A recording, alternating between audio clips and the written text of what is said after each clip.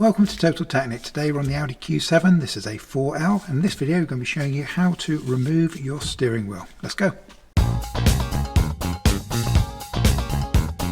So for the removal of the airbag, we need to make sure that we follow Audi's safety instruction guidelines when it comes to working on these airbag systems. And essentially what that means when it comes to working on these airbags is you must disconnect the negative connection on the car battery. The reason being is that an airbag needs both a positive and a negative to be able to fire. So by disconnecting the negative, that means that it's impossible for the airbag system to fire. And so therefore, once we have that negative connection disconnected, it's now safe to work on the airbag. However, before we do that, there's a couple of things that we need to bear in mind. First of all, we're going to move the steering wheel as far forward as possible and also as far down as possible to give us the best access to the fixings that are holding this airbag in place. And then in addition to that, on these cars, they have an electric steering lock. And so you actually need to leave the key in the ignition. So the process is going to be, we'll put the key in, we'll adjust the steering wheel as far forward, as far down as possible. And then whilst the key is in, we will disconnect the negative connection from the battery. So grab your key, put it in, turn it to position number 1. So next, move your steering wheel all the way forward, which ours already is, and all the way down. So the battery on the Q7 is actually located under the driver's seat. But don't worry, we don't have to strip all this down to access the battery itself. There's actually a shortcut for disconnecting the negative on these vehicles, which is exactly what Audi do when they ship these from when they're brand new. So first of all, just lift your mat up and slide that forward. Now we can see in front of the seat we've got these two plastic panels, one here towards the outside and one on the inside towards the centre console here. And the one that we need to remove is the inner one, the one tucked in right next to the centre console here. Now to remove this, it does have a couple of clips in it. Just get your fingers under the edge, just lift it straight up. You'll feel the clips back out. There's the first one, there's the second one. My clip fell out there. I'm just going to slide that back in.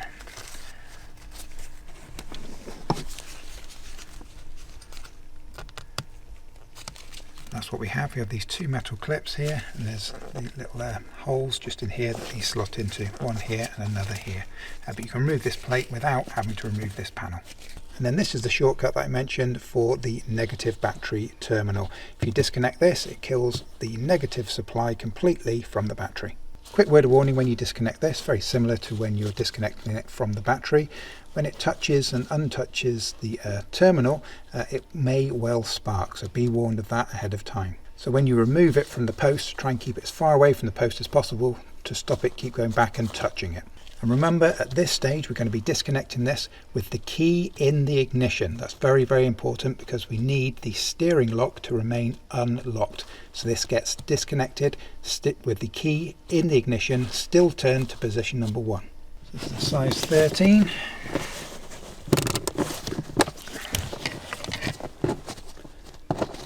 I'm just pushing the strap down to make sure I keep connection. So I remove the bolt cap off the top here.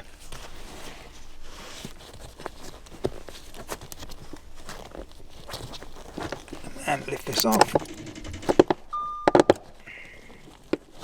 Put it to one side and push the mat back down on it to ensure that this can't come back and accidentally touch the post here. So we now need to rotate our steering wheel by 90 degrees. We need the sides facing directly upwards. So that's perfect there. So now if you have a look on the rear of the steering wheel, just above the cowl here, you'll be able to see there's actually a little hole in the rear of the steering wheel, and you'll be able to see there's like a metal bar in there, and we need to lever that metal bar. Now, as per the instructions in the Audi workshop manual, when you're levering this, you should not use a flathead screwdriver. The technical reason being that flathead screwdriver, because obviously it's very narrow, might be able to slip in and cause damage to the wiring inside the airbag system. So instead, they recommend to get a Torx size 25, which is exactly what we have here. The reason that they say this is because basically the end of it is round, and so it's not like a slot, and this size here T25 is too big to fit between any of the components, so this won't be able to slip past anything like a flathead screwdriver might be able to. What you want to do is try and come in at a slight angle from behind it. You need to hook it onto the top of that metal bar, and then you're going to be levering it downwards.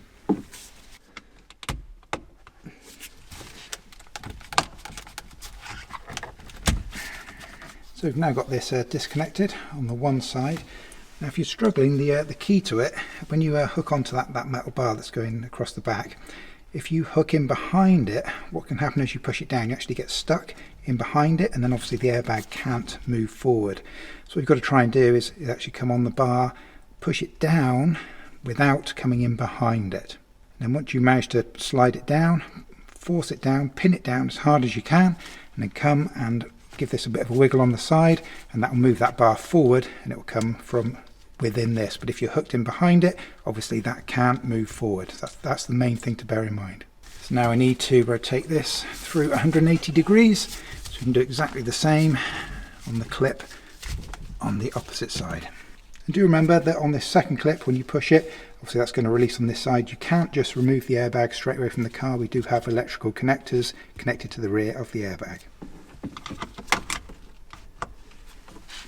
So again, come in on that metal bar, push it down, but don't be sure not to come in behind it.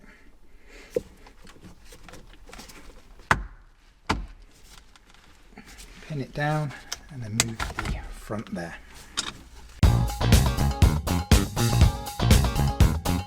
Now if you pull your airbag gently forward, I'll show the electrical connectors. Now the main one, you'll notice when you look in there yourself, there are two electrical connectors on the back of the airbag itself. You want to ignore those. The one that you're looking for is this yellow one tucked in at the back here. Now you notice on this yellow connector you've got this little purple tab just here. What you need to do is you need to come in behind that, lift that purple tab up, that's a little locking tab, and then you'll be able to remove this connector.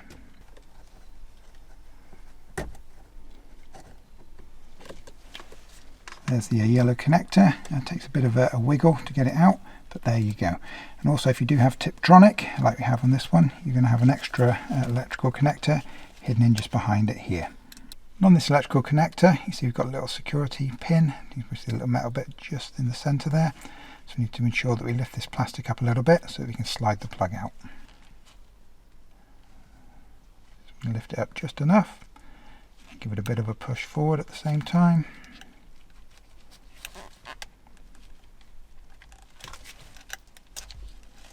That's disconnected.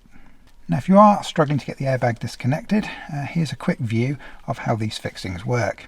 So on the rear of the airbag, literally we have these metal bars. And what you're doing when you're pushing in from the back, you're actually pushing these in directly in this direction, in towards the centre of the airbag. And this is actually hooked over this little metal bracket here in the back of the steering wheel. So what you need to do is push that metal bar down so it aligns with the slot here, and then once it's aligned, that's when you grab the airbag and you give it a bit of a pull from the front. But that's literally all we're trying to do, is to unhook this metal bar from this small catch here at the back of the wheel. And so that's your airbag removed from the car and good to go. So with our airbag out of the way, we can see what's actually holding our steering wheel on, and we have this large bolt right in the centre there. So for the removal of this bolt, what we actually need is one of these, and this is called a spline bit, also sometimes called a triple square bit. And this is a 12 point bit, and the size that we need is M12. Now thankfully these bits aren't very expensive. You can buy a complete set of these for around $15 on Amazon. But it is essential to remember that the set that you buy must have the M12 size, because that's what's required for this job. And we will be adding Amazon links into the video descriptions for sets of these spline bits. And the sets that we'll be adding those Amazon links for will be the cheapest available on Amazon, and also will definitely contain your M12. So if this video is helpful for you, please be sure to help support us and be sure to use our Amazon links. So now you want to grab your wrench and your spline bit. Spline bit obviously goes into the centre here, and you want to use an extension bar. The reason being, if you're trying to put that in there, what you're going to be doing is rubbing that against the nice leather finish of your steering wheel. So get a nice extension bar in there so that the handle's definitely not going to rub against your steering wheel. Now when we're turning this, we do have to remember that we've purposely left the key in the ignition as per the Audi workshop instructions. So when we turn this, it will want to move the steering wheel, and of course because that steering lock is off, there's nothing to stop it. And so you may well find you're most likely going to have to counterhold the steering wheel when you undo this bolt.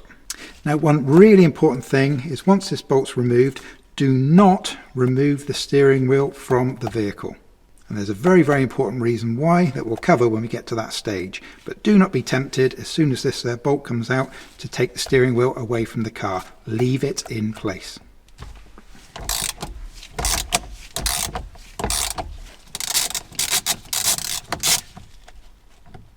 So make sure that your steering wheel is definitely not going to come off with the bolt. Let's bring the bolt gently forward. And that's our bolt removed. Now you might be wondering what this blue stuff is that we have on here.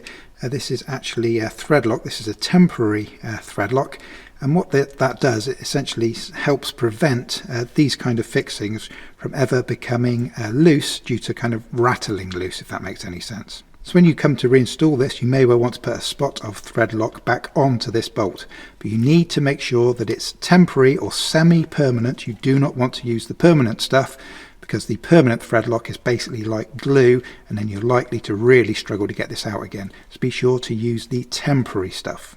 And again, we will add Amazon links to this in the video description, so if you do need to pick up some of this Threadlock, the temporary one, then you'll find those Amazon links in the video description. Now the reason that we don't remove the steering wheel straight away is because if you look around the outside of this, you'll notice just how fine the teeth are that are in there. And so if you just pull this steering wheel off, do whatever work you need to do and then come back, yeah, you can kind of try and put it on straight, but you might be off by 1 or 2 teeth in either direction accidentally. And then of course your steering wheel is no longer straight. And because these increments are so tiny, it's actually very easy to do. So it's very important that we actually mark the end of the steering column here relative to our steering wheel before we remove it, so that when we come to refit it, we've got a nice mark that we can line everything back up to and make sure we get it 100%. So to mark this up, if you look at the actual base of the steering wheel itself, you'll notice that it does come with a line right in the center, just in there. And that indicates the exact dead center of the steering wheel, but not the steering column, which is this silver ring that we have on the inside here. So what we need to do is grab a fine marker pen, and we're going to extend this line that we have already on the steering wheel straight down onto this steering column here. So we're actually going to put a little line there.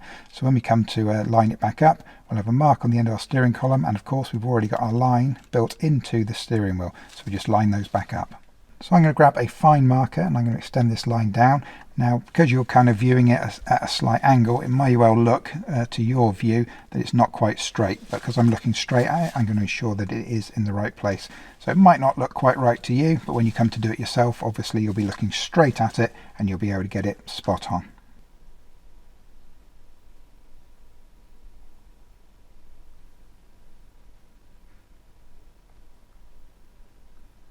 So now we've marked our line, we can go ahead and just pull the steering wheel forward to remove it from the car.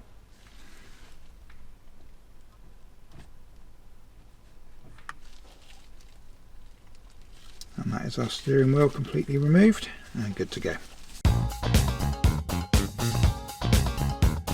So for refitting our steering wheel, remember we've made our little mark on the end of the column there, and we also have a little mark in the center of the wheel.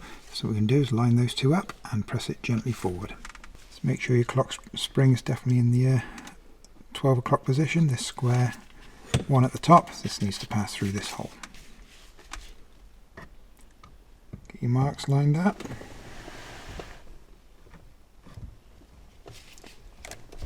Push into place. Now for the reinstallation of your bolt, the Audi Workshop Manual recommends that you replace this with a brand new one every time this is removed. However, in reality, these probably aren't replaced every time, and we're not going to be replacing this. However, what you should do, if you're able, is to actually replace this this blue material that they put on there. This is called a nut lock, sometimes also called Threadlock, but it needs to be a non-permanent type. Because when it comes to these Threadlocks, they do make non-permanent and permanent. And obviously permanent is literally permanent. It's almost like a glue. So if you put the permanent one in there, screw that in there, then you're going to have problems getting this out the next time. But of course, if you use the proper stuff for the job, which is the non-permanent, then it's designed to be removed. So this will go in, do the job, and then you will be able to get it out in the future. And the reason that they actually put this on there is it basically stops this bolt from ever, although it's highly unlikely, from ever being able to work itself loose just by kind of rattling itself loose. Having that in there is just like a little bit of extra security, so that's why they use this thread lock. Thankfully it's not very expensive, you can get it on Amazon, and we will be adding some Amazon links into the video description for the thread lock for you, and the links that we'll put will definitely be the non-permanent type. So I'm going to put a little bit of my thread lock on here. You don't need to put it all the way around, just a little bit. Oh, that's plenty. Like that, and as you turn that around, that will work its way around the threads, but you just need it a tiny little bit. That's borderline too much, but that's okay. Like I said, don't do it all the way around, it doesn't need it. As you screw this in, it will work its way around the thread. So carefully screw this back into place. I'm going to need to get a torque wrench to torque this up to the correct factory specification. So I'm just going to get this snugged up.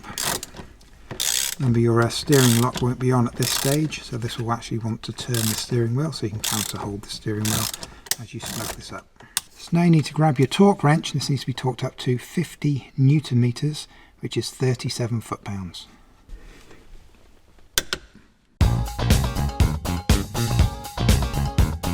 So to refit the airbag, we need to reconnect the wiring. Remember, we've got this square connector here, which you may or may not have, depending on what options you have on your car. Then we've got the main yellow connector here, and this does have this security tab. So remember, once this is fitted in, you must snap that security tab back into place. So when you connect this square one up, which connects into the bottom, you can kind of see there's a little place for it to slot into. So you've kind of got to get it fitted, but then also get that stuck back in the right position in the center lower half of the wheel here. So just make sure you don't leave this connector flapping around, because you may struggle to get the airbag back on. It should be fitted nice and properly into the little slot there. So on this square connector you've got the metal part, which is only on the one side, and in the middle of that you've got that little lump, that little bump there, and that needs to come through the hole, which is actually on the back. So that's the way around that we need to connect this up.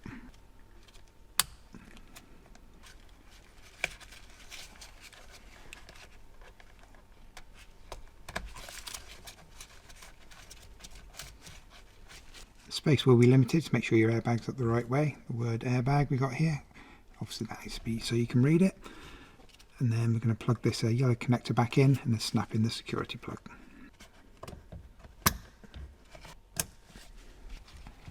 Then just feed your airbag slowly back into place. We need to get these two metal arms that we removed earlier. They're going to snap back in over those little tabs in the back of the wheel. So if you can kind of feel when they're in there. Be in the right place, you're not down too low, you're not up too high.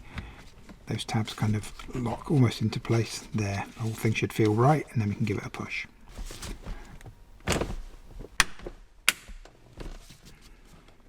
And note there is a little bit of movement in it, so if yours is sat a little bit low, like mine is here, I can just see that. You just manipulate it into place a little bit, you should be able to get a nice finish like that. And there we have it, that is job done. If this video has been helpful, please be sure to at the very least hit that like button for us to help us out in return. And also be sure to hit that subscribe button. We've got hundreds of Audi and VW videos on our channel and on our website, just waiting for you to take a look at. And if we've really helped you out, please don't forget there is the super thanks option. Thanks for watching, we'll see you again.